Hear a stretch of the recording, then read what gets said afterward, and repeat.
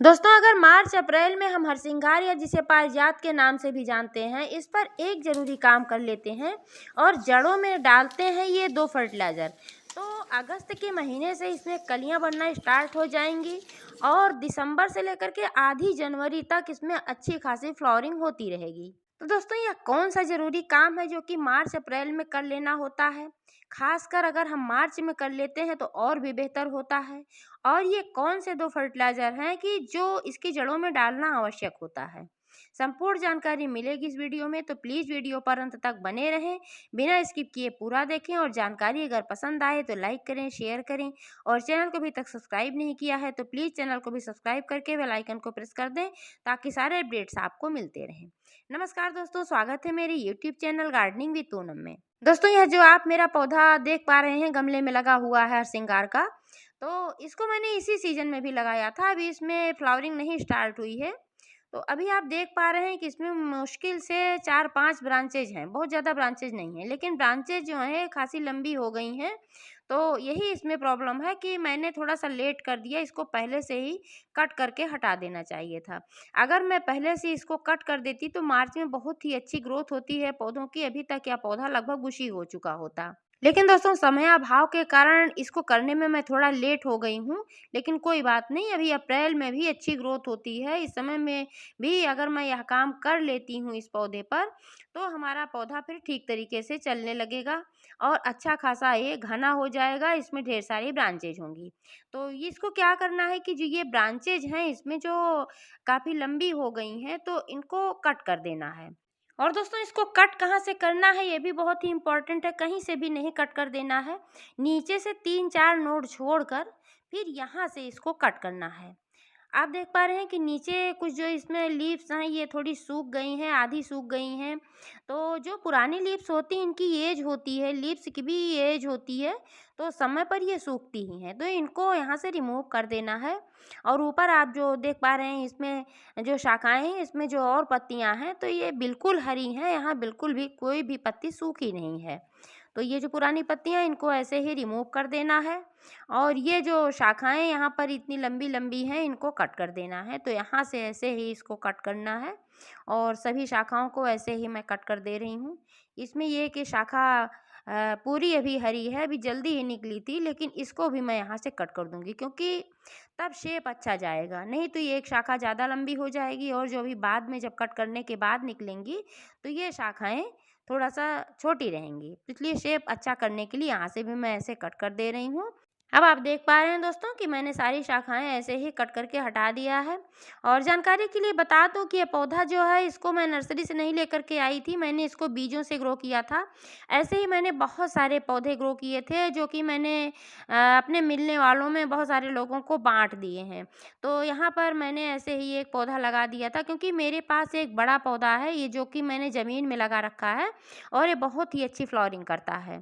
तो इसको भी मैंने कट कर दिया था जनवरी के महीने में, पूरा कट कर दिया था क्योंकि पौधा काफ़ी लंबा था और इसकी छाया और सब पौधों पर आ रही थी। सर्दियों में धूप ऐसे भी कम आती है तो इस पौधे की जो छाया आती थी तो और मेरे छोटे जो पौधे थे तो उनको धूप नहीं मिल पा रही थी, इसलिए मैंने कट किया था और जब फ्लावरिंग बंद हो गई थी। और आप देख पा रहे हैं कि इसमें भी अच्छा फुटाव आया है और ये फ्लावरिंग के समय तक ये पौधा भी ठीक तरीके से ग्रो हो जाएगा।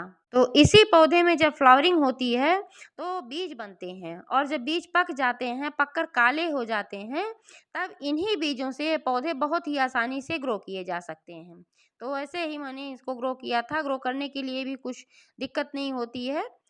बस मिट्टी का ध्यान रखना होता है कि मिट्टी बहुत गीली नहीं होनी चाहिए और लेकिन मिट्टी में हमेशा नमी बना कर के रखें और 1 इंच की गहराई में बीज को डालना होता है और बीज आसानी से ग्रो हो जाता है। तो दोस्तों, यही वो ज़रूरी काम है कि जो मार्च अप्रैल में कर लेना आवश्यक होता है क्योंकि पौधे से अच्छी खासी फ्लावरिंग पाने के लिए पौधे को बुशी बनाना बहुत ही आवश्यक होता है। जब पौधे में 1-2 ब्रांच ही रहेंगी, ऐसे ही 3-4 ब्रांचेज रहेंगी तो कितने इसमें फूल खिलेंगे।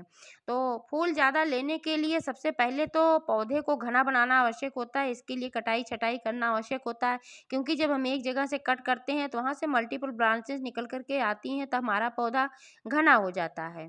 तो पहला काम तो यही था। इसके बाद इसमें डालना है फर्टिलाइज़र। फर्टिलाइज़र भी इसमें डालना है, कौन-सा ज़्यादा करके नाइट्रोजन युक्त फर्टिलाइज़र मैं डालूँगी, और भी तमाम पोषक तत्व जो होते हैं जैसे फास्फोरस है, पोटेशियम है, इन सब की भी आवश्यकता होती है दोस्तों। लेकिन जब पौधे को घना बनाना होता है, पत्तियों का विकास होता है और ब्रांचेज़ का विकास करना होता है, तो ऐसे समय में आपको नाइट्रोजन और मैग्नीशियम युक्त खाद डालना चाहिए। तो आज मैं इसमें डालने वाली हूँ, सबसे पहले तो मैं डाल रही हूँ ये गोबर की खाद। गोबर की जो खाद होती है इसमें नाइट्रोजन, फास्फोरस, पोटेशियम की संतुलित मात्रा पाई जाती है। इसके अलावा और भी कई सूक्ष्म पोषक तत्व पाए जाते हैं, जो पौधे की ग्रोथ के लिए भी अच्छे होते हैं, फ्लावरिंग के लिए, फ्रूटिंग के लिए, सब चीज़ के लिए अच्छे होते हैं। तो इसको डालने से पहले मैं क्या करूँगी दोस्तों कि ऊपर से ऐसे मिट्टी की गुड़ाई कर लेना है, और मिट्टी की गुड़ाई करके ऊपर से कुछ मिट्टी निकाल लेना है। अभी सुबह मैंने अच्छी तरीके से इसमें वाटरिंग कर दिया था, और आप देख पा रहे हैं कि मिट्टी में अच्छी खासी नमी है। इसके बावजूद आप देख पा रहे हैं कि मेरे गमले की मिट्टी जो है भुरभुरी है, तो ऐसी ही मिट्टी का इस्तेमाल करना चाहिए। जल निकासी वाली भुरभुरी मिट्टी का इस्तेमाल करना चाहिए। इसके लिए आप पॉटिंग मिक्स बनाएं तो 50% गार्डन सॉइल, 20% रेत और 30% इसमें मिलाएं गोबर की सड़ी हुई खाद। तब आपका पॉटिंग मिक्स अच्छा बनकर तैयार होता है।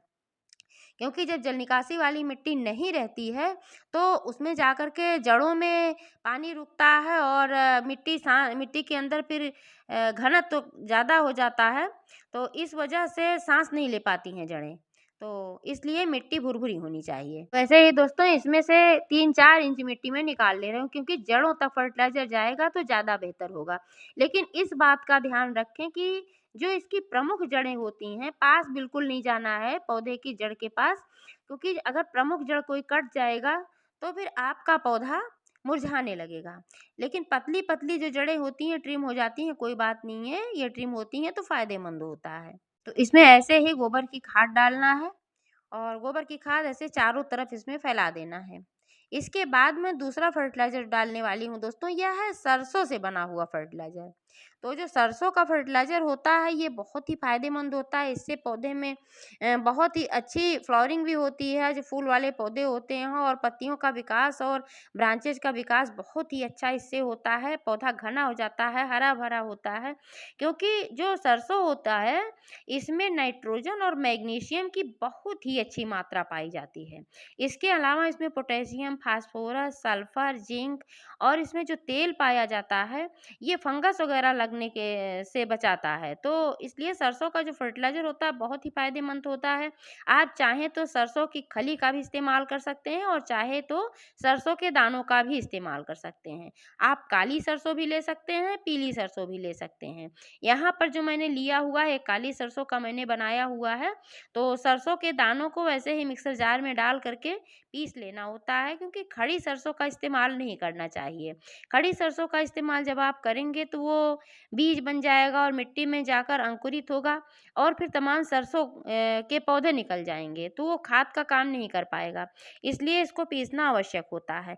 आप चाहें तो इसको लिक्विड फर्टिलाइज़र के रूप में भी इस्तेमाल कर सकते हैं, क्योंकि गर्मियों का सीज़न आ गया है, तो आप लिक्विड फर्टिलाइज़र के रूप में इस्तेमाल कर सकते हैं। मैं लिक्विड फर्टिलाइज़र इसलिए नहीं इसका बनाई हूँ, क्योंकि मैंने सुबह-सुबह अभी वाटरिंग किया है और बहुत ज़्यादा इसमें नमी है। तो जब भी आप लिक्विड फर्टिलाइज़र का इस्तेमाल करें तो मिट्टी बिल्कुल ड्राई होनी चाहिए। तो मेरे गमले की मिट्टी पूरी तरीके से नम है, इसमें मैं इसलिए सूखी खाद का इस्तेमाल करूँगी। अब जब पहले से ही इसमें नमी होगी और जड़ें नम होंगी, तो जब मैं फर्टिलाइज़र डालूँगी तो जड़ें अब्ज़ॉर्ब ही नहीं कर पाएँगी। ऊपर से मिट्टी ज़्यादा गीली हो जाएगी। इसी वजह से मैं इसमें ड्राई फर्टिलाइज़र का इस्तेमाल कर रही हूँ। तो आप देख पा रहे हैं कि इसमें मैंने जो गोबर की खाद डाल दिया है, और अभी मैं इसमें ये सरसों के दाने जो पीस करके मैंने रखे हुए हैं, इसको भी डालना है। जानकारी के लिए बता दूँ दोस्तों कि गोबर की खाद में इसमें जो डालना है, तो जैसे ये मेरा 18 इंच का लगभग गमला है, तो इसमें मैंने डाला है 2-3 मुट्ठी के बराबर, क्योंकि क्वांटिटी का ध्यान रखना बहुत ही आवश्यक होता है। अगर आप अच्छे रिजल्ट के चक्कर में, ज़्यादा जल्दी रिजल्ट पाने के चक्कर में फर्टिलाइज़र ज़्यादा मात्रा में डाल देते हैं, तब भी आपका पौधा खराब हो जाता है। तो बहुत कम भी नहीं डालना है, बहुत कम डालने से कोई फ़ायदा ही नहीं होगा, बहुत ज़्यादा भी नहीं डालना है। ऐसे ही सरसों का भी करना है कि जैसे इतना बड़ा मेरा गमला है, तो इसमें मैं डालूँगी सिर्फ़ 3 चम्मच। तो 3 चम्मच ही आपको भी लेना, अगर इतना बड़ा गमला है। गमला के साइज़ के अनुसार आप कम ज़्यादा भी कर सकते हैं। तो इसको मैं ऐसे ही चारों तरफ डाल दे रही हूँ इसको भी, और इसको ऐसे डाल के फिर फैला देना है। फैलाने के बाद फिर ऊपर से इसमें वही जो मिट्टी मैंने निकाला हुआ था, यही मिट्टी मैं ऊपर से इसमें डाल दे रही हूँ। क्योंकि जब ये मिट्टी के नीचे दबा रहता फर्टिलाइज़र तो बहुत ही अच्छा काम करता है। ऊपर से आप लोग कभी भी फर्टिलाइज़र ना डालें, क्योंकि ऊपर से अगर फर्टिलाइज़र डाल देते हैं तो फिर कोई विशेष लाभ नहीं होता, मुश्किल से 10% लाभ होता है। तो इसलिए जब भी आप कोई फर्टिलाइज़र डालें, मैं हमेशा यही बताती हूँ कि ऊपर से थोड़ी मिट्टी निकाल कर जड़ों में फर्टिलाइज़र डालकर फिर ऊपर से मिट्टी डाल दिया करें। अब इसमें डालना है थोड़ा-सा पानी, मैं थोड़ा-सा ही पानी डालूँगी क्योंकि मिट्टी नम है, लेकिन थोड़ा पानी तो आवश्यक है। खाद मैंने डाला है तो पानी डालना आवश्यक है। तो इसमें मैं थोड़ा-सा पानी डालूँगी। इससे पहले मैं बता दूँ दोस्तों कि ये जो मेरा दूसरा पौधा ये है, ये मिनी चाँदनी का पौधा है और ये पूरी तरीके से आप देख पा रहे हैं कि डेड हो गया है, और इसमें पत्तियाँ वगैरह थीं, लेकिन मैंने कट करके हटा दिया। थोड़ा सूखी-सूखी सी पत्तियाँ थीं, बहुत छोटी-छोटी सी पत्तियाँ थीं, तो फिर उसका विकास नहीं हो पाता। अगर उसको मैं ऐसे ही रहने देती तो फिर इसमें विकसित नहीं हो पाता पौधा ठीक तरीके से, इसलिए मैंने वो सब कट करके हटा दिया है। और अब इसमें मैं यही फर्टिलाइज़र आज डाल रही हूँ, क्योंकि ये फर्टिलाइज़र डाल रही हूँ क्योंकि इसमें जो मैग्नीशियम और नाइट्रोजन की मात्रा होती है ये सरसों की खाद में, तो इससे हमारे पौधे का विकास फिर तेज़ी से होगा। मेरा पौधा जो इसका तना पूरी तरीके से हरा है, अभी ये सूखा नहीं है, तो ये सब डालने के बाद ये फिर से हरा-भरा हो जाएगा। अब दोस्तों इसमें डाल देना है ऐसे ही पानी, और अब इसमें कुछ नहीं करना है। इसी तरीके से आप अपने हरसिंगार के पौधे की देखभाल करेंगे तो निश्चित रूप से आपका पौधा फूलों से भरा रहेगा और आपका पूरा गार्डन क्या पूरा घर महकता रहेगा, क्योंकि इसकी खुशबू बहुत ही अच्छी होती है। तो दोस्तों जानकारी कैसी लगी कमेंट करके अवश्य बताइएगा। पूरा वीडियो देखने के लिए बहुत बहुत धन्यवाद। अब